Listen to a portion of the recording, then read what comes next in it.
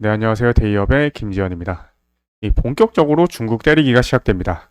유럽과 미국이 중국에게 고관세를 매기기 시작한 가운데 유럽에서 추가적인 중국 규제 정책이 나오고 있습니다. 미국도 이번에 트럼프가 상무장관을 지명하면서 점점 중국에 대한 규제가 커질 걸로 이제 예상이 되고 있는데요.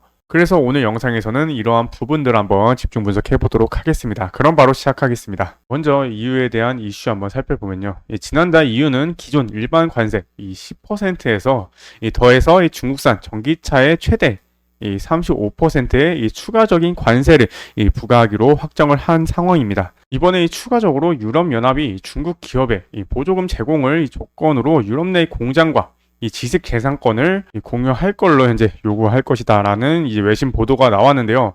EU 고위 관계자에 따르면 유럽에 공장을 두고 그리고 보조금을 받는 이러한 중국 배터리 기업들이 기술 노하우를 공유하도록 하는 새로운 기준은 오는 12월 달에 좀 예정된 배터리 개발 관련 10억 유로 상당의 보조금 입찰에서 처음으로 지금 도입이 될 예정이라고 합니다.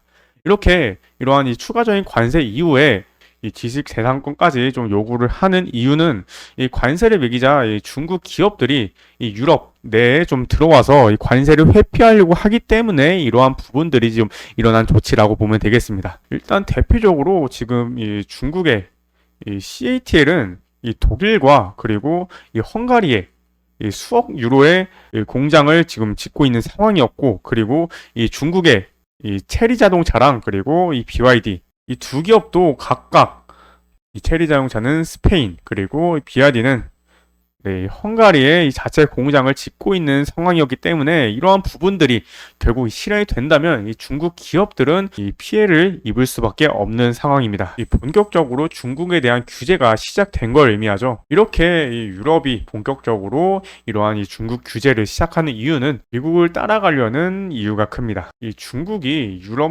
진출로 유럽 기업들은 경쟁력이 약해진 상황이었습니다. 그 상황에서 트럼프가 재선에 좀 성공을 하면서 중국에 대한 장벽을 더 많이 세우려는 그의 기조를 이유가 지금 따라가려는 측면이 있다는 거죠. 그리고 미국에서는 이번에 트럼프가 상무부 장관으로 보시는 것처럼 투자은행 캔터 피츠제럴드의 CEO인 하워드 러트닉을 현재 지명을 한 상황입니다.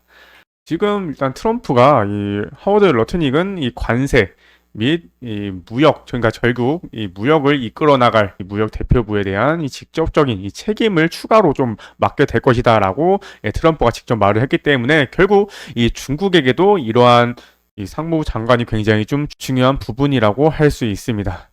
지난달 러트닉이 한 인터뷰에서는 미국인에게 세금을 부과하지 말자. 대신 돈을 만들어낼 곳이 있다라면 중국에게 관세를 부과하고 약 한 4천억 달러를 이제 걷어들이자라고 좀 발언을 한 적이 있기 때문에 결국 내년에 트럼프가 중국에게 이 관세, 전체적인 물품에 대해서 60%로 이 관세를 부과해서 무역 수지를 개선하겠다라는 이 의견을 적극 수렴할 가능성이 높다라고 볼 수 있습니다. 그리고 여기서 일단 우리나라도 한 10%에서 20% 정도의 관세를 이제 부과를 할 걸로 보이긴 하는데요.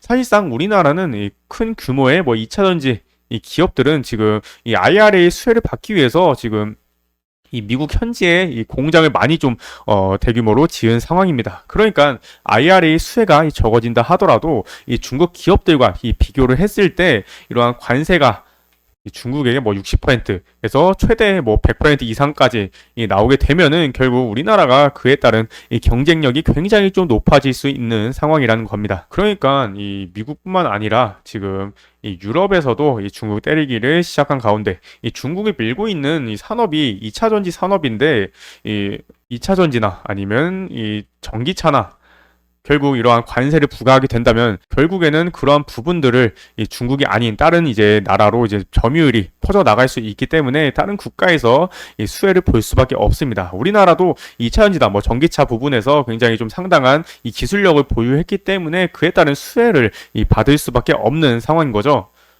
그리고 중국 기업들은 이러한 경쟁력 약화를 막기 위해서 미국 현지에 진출하거나 사업을 좀 확장하는 비중이 점점 좀 높아질 가능성이 높습니다.